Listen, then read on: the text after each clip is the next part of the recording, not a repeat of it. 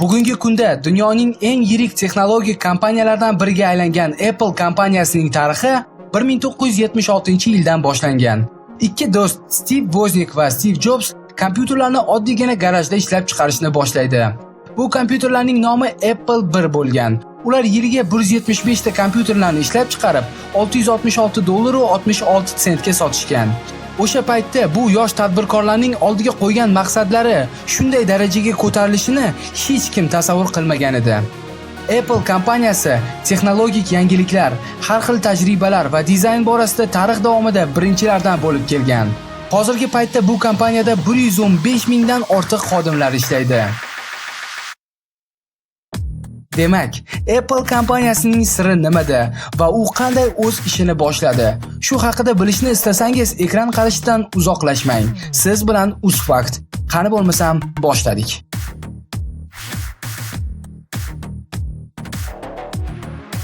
Bu mashhur kompaniyaning yaratilish tarixi Jobs va Wozniakning kompyuterga bo'lgan qiziqishi tufayli boshlandi.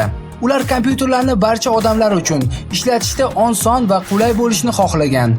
U paytlarda kompyuterlar faqat kompyuter ishqibozlari tomonidan yig'ib berilgan.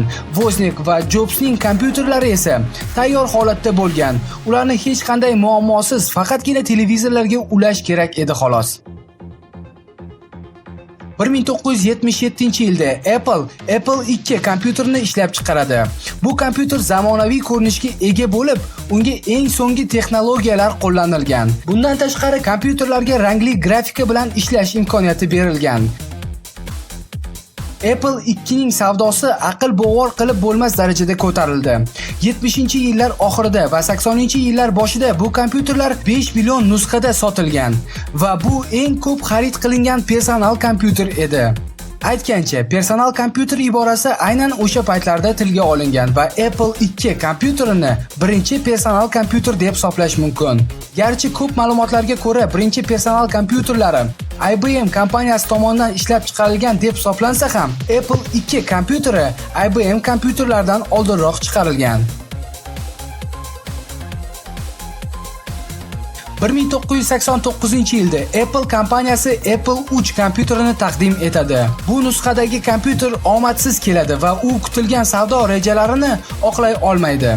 83-yillarning boshida Steve Jobs kompaniyaning muammolarini o'zi hal qila olmasligini tushunib yetib, o'sha paytda Pepsi kompaniyasining bosh direktori John Sculleyni chaqiradi va unga Apple kompaniyasining bosh direktori lavozimini topshiradi. John Sculley vaziyatni to'g'rilash uchun Jobsning yangi qurilmalarini loyihalashtirish jarayoniga to'sqinlik qiladi. Chunki yangi loyihalarga anchagina mablag'lar sarf qilish kerak edi. Steve bunga norozilik bildiradi va bu kompaniya boshqarish borasida ko'pgina mojarolar kelib chiqishga sabab bo'ladi. Shunda John Sculley kompaniyaning katta aksionerlari va direktorlari bilan til biriktirib, Steve Jobs kompaniyani tark etishni talab qilishadi. Aynan shu voqealardan keyin kompaniya rivojlanishi sekinlashadi. Yangi loyihalarga kamroq pul ajratiladi. Kompaniya esa faqatgina eski Apple 2 hamda Macintosh kompyuterlarini savdosi bilan o'z faoliyatini yuritadi.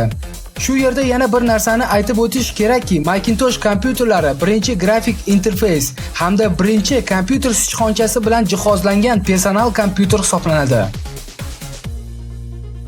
Oradan bir necha yil o'tib, Jobsning ishtirokisiz yana bir loyiha MessagePad nomli qurilma taqdim etiladi. U ham omadsiz bo'ladi. Bunga sabablardan biri bu uning narxi va qurilmaning asosiy vazifasini to'g'ri bajara olmasligi deb hisoblanadi. Qurilmaning asosiy vazifalaridan biri bu qo'lda yozilgan matnni tanib bilish edi, lekin qurilma buni xatoliklar bilan bajargan va shu sababli u ommalashmadi. 1994-yilda dunyoga birinchilardan bo'lib Apple raqamli, ya'ni sifrovoy kameralarni taqdim qiladi. Unga QuickTake nomi beriladi. Bu qurilma innovatsion bo'lganligiga qaramay, u ham katta shon-shuhratga erisha olmaydi. Ko'p yillar davomida Apple zararga ishlaydi. 1997-yilda esa kompaniyaning 2 yillik ko'rgan zarari 1 milliard 860 million dollarga yetadi. Shunda Apple kompaniyasi Steve Jobsni ortga qaytarishdan boshqa chora topa olmaydi. Bu qaror Apple kompaniyasining vaziyatini tubdan o'zgartirib yuboradi va Jobs deyarli hammasini boshqatdan boshlaydi. U barcha zarar keltirayotgan loyihalarni yopadi va 3000 kishini ishdan bo'shatadi. Aynan o'sha paytda u kompaniyada ishlayotgan yosh, qobiliyatli Jonathan Ive dizaynerini uchratadi. Steve uni bosh sanoat dizayneri etib tayinlaydi. Kompaniya barcha resurslarini yangi loyihaga yo'naltiradi va bir necha oydan keyin Apple yangi iMac kompyuterini barchaga havola qiladi. Bu yangi loyihalarning boshlanishi edi. 2001-yilda Apple iPod nomli audio qurilmani ishlab chiqaradi. Qurilmaning minimalistik dizayni va qulayligi tez orada ommalashadi. Shundan keyin dunyo bo'ylab iPod barcha odamlarning sevimli qurilmasiga aylanadi. 2003-yilda iTunes Store yaratiladi va u raqamli audio, video hamda o'yin media kontent bozorida mustahkam joylashib, muvaffaqiyat qozonadi. 2007-yil olamga revolyutsion iPhone smartfoni taqdim etiladi. Bu qurilma barcha telefonlar qanday bo'lishi kerak ekanligini ko'rsatadi. Asosiy innovatsiya qurilmaning multitouch texnologiyasida edi va u smartfonlarni yangi pog'onaga ko'tardi. Bu texnologiya va unga puxta o'ylangan dasturiy ta'minot iPhone telefonlaridan foydalanish qulay va yengil ekanligini ko'rsatdi. 2010-yil Apple dunyoga yana bir revolyutsion yangilik iPad nomli planshet qurilmasini ko'rsatadi.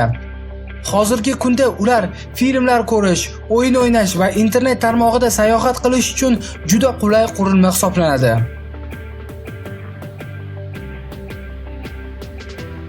Xo'sh, keling ana endi kompaniyaning qanchalik katta va qudratli ekanligini bilib olamiz. Demak, 2011-yilda Apple birinchi bor kapitalizatsiya bo'yicha eng qimmat kompaniya deb tan olindi. Bugungi kunda bu qiymat 740 milliard dollarni tashkil etadi. Kompaniyaning o'z ixtiyorida esa 250 milliard AQSh dollari miqdorida puli mavjud. Tasavvur qiling, oddiygina telefon, planshet, kompyuter va boshqa mayda-chuyda texnikalar bilan savdo qiluvchi bir kompaniyaning boyligi bir necha mamlakatlarning boyligidan ko'proq bo'lishi mumkin ekan. Dunyoni o'zgartirib yuborish g'oyasi bilan ilhomlanib, o'z faoliyatini oddiygina garajda boshlagan bu kishilarning kompaniyasi bugungi kunda dunyodagi eng katta kompaniyalardan biri bo'lib, ajoyib texnologiyalar olamida yetakchilik qiladi. Mana Apple haqida video rolikimiz ham o'z nihoyasiga yetdi. Agar video sizga yoqqan bo'lsa, like tugmasini bosing. Qandaydir fikr yoki mulohazalaringiz bo'lsa, izohlaringizni qoldirishingiz mumkin. Biz ularni hammasini o'qiymiz. Kanalga obuna bo'lmagan bo'lsangiz, albatta obuna bo'ling. Do'stlaringiz va yaqinlaringiz bilan ham kanalimiz videolarini bo'lishing. E'tiboringiz uchun katta rahmat. Siz bilan UzFakt kelasi videoda ko'rishguncha xayr.